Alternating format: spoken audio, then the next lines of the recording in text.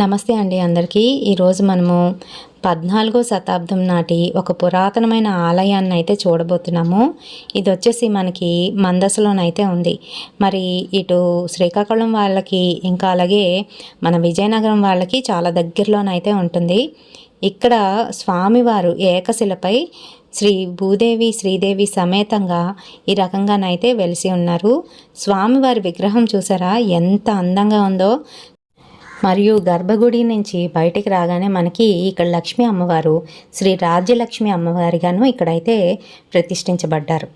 మరి అటుపక్క చూసుకున్నట్లయితే గోదా అమ్మవారు అయితే దర్శనమిస్తూ ఉంటారు. ప్రత్యేకించి మార్గశిర మాసంలోనే దర్శించుకుంటే చాలా మంచిదని చెప్తూ ఉంటారు. ఇక్కడ చూడండి, ఇక్కడ స్వామివారు ఆంజనేయ స్వామివారు అయితే వెలిసి ఉన్నారు. మరి ఈ గుడి నిర్మాణ శైలి చూసుకున్నట్లయితే చూస్తున్నారు కదా ఏ విధంగా ఉందో. ఇది మనకి పూరి జగన్నాథ స్వామి టెంపుల్ ఏ విధంగా ఉంటుందో అదే విధంగా కనిపిస్తూ ఉంటుంది. దానికి గల కారణం ఏంటంటే అక్కడి నుంచి శిల్పకారులని తీసుకువచ్చి ఇక్కడైతే ఇలా చెక్కించబడ్డం అనేది జరిగిందంట.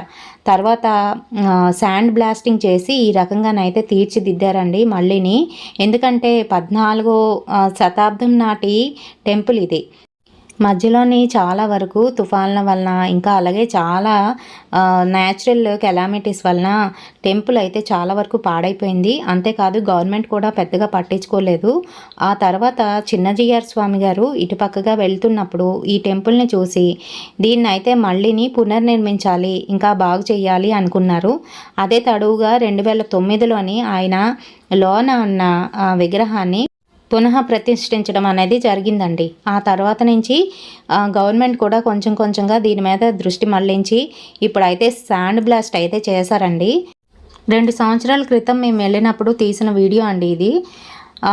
అయితే ఇక్కడ ప్రత్యేకించి మనకి అమ్మవారి దగ్గర శ్రీచక్రం అయితే ప్రతిష్ఠిస్తూ ఉంటారు. కానీ ఇక్కడ ఏంటంటే ప్రత్యేకత, కానీ ఇక్కడ మాత్రం అమ్మవారు అష్టదళ పద్మాసన అయ్యి ఉంటుంది. అంటే పద్మం మీద కూర్చున్నట్టుగా ఉంటుంది. ఆ పద్మానికి ప్రతి రేఖ మీద కూడా బీజాక్షరాలు ఉండడం అనేది ప్రత్యేకత. అంతేకాదు ఇక్కడ రాజలక్ష్మి అమ్మవారు మనకి కీర్తిని ఇంకా అలాగే ప్రతిష్టని దాంతోపాటుగా సిరి సంపదల్ని తెచ్చి పెడుతుందంట ఇక్కడ పూజిస్తే కనుక. మరి ఆలయ శిఖరం చూస్తున్నారు కదా ఏ విధంగా ఉందో. అండ్ అలాగే ఇక్కడ మనకి అయ్యవారు ఏకశిలపై శ్రీ శ్రీదేవి భూదేవి సమేతంగా మనకి దర్శనమిస్తున్నారు కదా. స్వామివారి విగ్రహము కాంచీపురం నుంచి తీసుకురావడం అనేది జరిగింది. అది కూడా స్వామివారు బ్రహ్మీ ముహూర్తంలోని రాజుగారి కలలో కనపడి నేను అక్కడైతే వెలిసి ఉన్నాను, అక్కడి నుంచి నన్ను తీసుకువచ్చి ఇక్కడ ప్రతిష్ఠిస్తే నీకు పట్టిన బ్రహ్మహత్య దోషము తొలగిపోతుంది అని చెప్పారట. మరి అలాగే రాజుగారు కూడా అక్కడికి వెళ్ళి ఆ స్వామివారి విగ్రహం కోసము అక్కడ ఉన్న రాజుల్ని బ్రతిమలాడి కావాలంటే మేము మీకు సామంత రాజులుగాను ఉంటాము అని చెప్పి అక్కడ వాళ్ళని కోరితే అతను ఇవ్వడం అనేది జరిగింది. అంతేకాదండి, పూరికి దగ్గరలోనైతే ఉంటుంది మందస. అక్కడి నుంచి 4 నుంచి 5 గంటల్లోనైతే వెళ్ళిపోవచ్చు అని చెప్తున్నారు కారులోనైతే. అలాగే చూస్తున్నారు కదా ప్రతి ఒక్క ఆర్కిటెక్చర్ కూడాను మనకి పూరిలోని ఏ విధంగా ఉంటుందో ఆ విధంగానే కనిపిస్తుందండి. మరి ఈ స్థల పురాణం గురించి పూర్తిగాను మనము ఆ అయ్యవారిని అడిగి తెలుసుకుందాం. 14వ శతాబ్దంలో మందస రాజుల్లో రాజమణిదేవ్ ఒక రాజు ఈ దేవాలయం నిర్మించినట్టుగా స్థల పురాణం. అది నిర్మించడానికి ప్రధాన కారణం బ్రహ్మహత్య దోషం ఆయన ఉంది. ఒక బ్రాహ్మణుడి యుద్ధంలో వధించడం జరిగింది. తర్వాత ఆయన రాజపురోహితులు కూర్చోబెట్టి దోష పరిహారం ఏదంటే ఒక విష్ణువాలయం కట్టమంటే ఆయన కొంతకాలం నిర్మాణం చేయలేకపోవడం జరిగింది. తర్వాత బ్రాహ్మీ ముహూర్తంలో ఆయనకి స్వప్నం వచ్చి వాసుదేవుడే సాక్షాత్కరించి కాంచీపురం వెళ్ళు నా మూర్తి వెలిసి ఉంది అని చెప్తూ పక్కనే 300 ఎకరాలతో గోపాల సాగరం ఉంది మనకి గుడి కానించి ఈ ప్రాంతం చూపించారు. స్వప్నం పూర్తయింది. రాజు మరుసటి రోజు లేచి కాంచీపురం ప్రయాణం చేస్తే అక్కడ రాజుతో మంత్రాలు జరిగితే రాజు చూపించాడు మూర్తిని. చూసిన తర్వాత స్వప్నంలో ఇదే మూర్తి చూశారు. అదే మూర్తి అక్కడ ఉండడంతో మతిభ్రమించి సామంతరాజుగా ఉంటాను కానీ నాకు ఈ మూర్తి కావాలని ప్రాధాయపడితే రాజు ఇవ్వడం జరిగింది. సాలగ్రామ శిల ఏకశిల మూర్తి స్వామి శ్రీదేవి భూదేవి అమ్మవారి పాదాల దగ్గర ఉంటారు. చాలా అద్భుతమైన మూర్తి తీసుకొచ్చి దేవాలయం నిర్మాణ కోణార్క శిల్పులు పూరి జగన్నాథంకి ఉండే శిల్పుల్ని ఇక్కడ పెట్టి నిర్మాణం జరిగింది.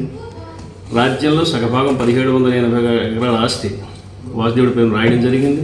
ప్రతిష్ఠ జరిగిన తర్వాత రాజుగా ఆరోగ్యం బాగుండి సంతానం కలిగి రాజ్యం సుభిక్షంగా చాలా అద్భుతంగా పరిపాలన జరుగుతుంది. కొంతకాలం శ్రీనివాసరాజు వరకు కూడా పరిపాలన జరిగింది. తర్వాత పెద్దజీటి స్వామివారు, గోపాలాచార్య స్వామివారు ఇక్కడికి వచ్చి చదువుకున్నారు. 16 మంది అర్చకులు ఈ దేవాలయంకి ఉండేవారు. అందులో తెలిగిచెర్ల రామానుజాచార్య అని ఒక ఆయన ఉండేవారు. వారి దగ్గర శ్రీభాష్య గ్రంథం ఇక్కడ చదువుకున్నారు. ఇది చిన్నజీవి స్వామి వారికి తెలిసి ఒకసారి శ్రీకూర్మ నుంచి పూరి పాదయాత్ర చేస్తూ మందస ఇక్కడ రావడం జరిగింది. ఈ దేవాలయం అప్పటికే మట్టితో నిండిపోయింది. ఇందులోకి రావాలంటే భయంకరంగా ఉండేది. మా గురువు గారు చదువుకున్నది కదా, ఇటు పరిస్థితి దీన్ని మళ్ళీ పునర్నిర్మాణం చేయాలని 2009లో దేవాలయం ఎలా ఉన్నదో అలా తీసి మన పునర్నిర్మాణం జరిగింది, పునఃప్రతిష్ఠ జరిగింది. అక్కడి నుంచి చిన్నజీవి స్వామి దీన్ని పూర్తి బాధ్యత వహించి చాలా అద్భుతంగా దినదిన ప్రవర్తమానంగా మళ్ళీ మనకి ఆరాధనలు అందుతుంది. అయితే ఈ వాసుదేవుని దర్శిస్తే జ్ఞానప్రదాత, ధైర్యప్రదాత, ఐశ్వర్యప్రద 3 కలుగుతాయని ఈ స్థల మహత్యం. పక్కనే మీరు చక్కటి వెళ్ళి గోపాలసాగరం మనకి తెప్పోత్సవాలు జరుగుతాయి, బ్రహ్మోత్సవాలు మాఘమాసాలు జరుగుతుంటాయి. మీకు కూడా ఇవన్నీ కలగాలని వారితో ప్రార్థన చేస్తున్నాం. అమ్మవారిది టెంపుల్ రాజ్యలక్ష్మి అమ్మవారు ఇక్కడ. ఎక్కడైనా అమ్మవారు ప్రత్యేకించి యంత్రం ఒకటి ఉంటుంది. ఎక్కడైనా శ్రీచక్ర యంత్రాలన్నీ సపరేట్గా ఉంటాయి, కానీ ఇక్కడ యంత్రం పైన అమ్మవారు కూర్చొని ఉంటారు. అష్టదళ పద్మాలు, ప్రతి దాని మీద బీజాక్షరాలు ఉంటాయి. ఎక్కడ అలా ఉండదు. రాజ్యలక్ష్మి అమ్మవారు రాజులు కొలిసినంతకాలం చాలా వైభవంగా ఉన్నారు. వాళ్ళు పట్టించుకోలేదు కొంతకాలం తర్వాత ఈ దేవాలయం గురించి. సరే, ఇప్పుడు గ్రామస్తులందరూ చాలా శ్రద్ధగా స్వామివారు దాని బాధ్యత తీసుకున్నప్పటి నుంచి బ్రహ్మోత్సవాలు అమ్మవారికి కూడా ప్రత్యేకమైన స్థానంగా అర్చనలు జరుగుతుంటాయి. మరి విశాఖపట్నం నుంచి విజయనగరం మీదుగా మందస రావడానికి మనకి పొద్దున్నే 6:20కి బస్సు అయితే ఉంటుందండి. అక్కడి నుంచి ఇక్కడికి వచ్చేటప్పటికి 11:40 అలా అయిపోతుంది.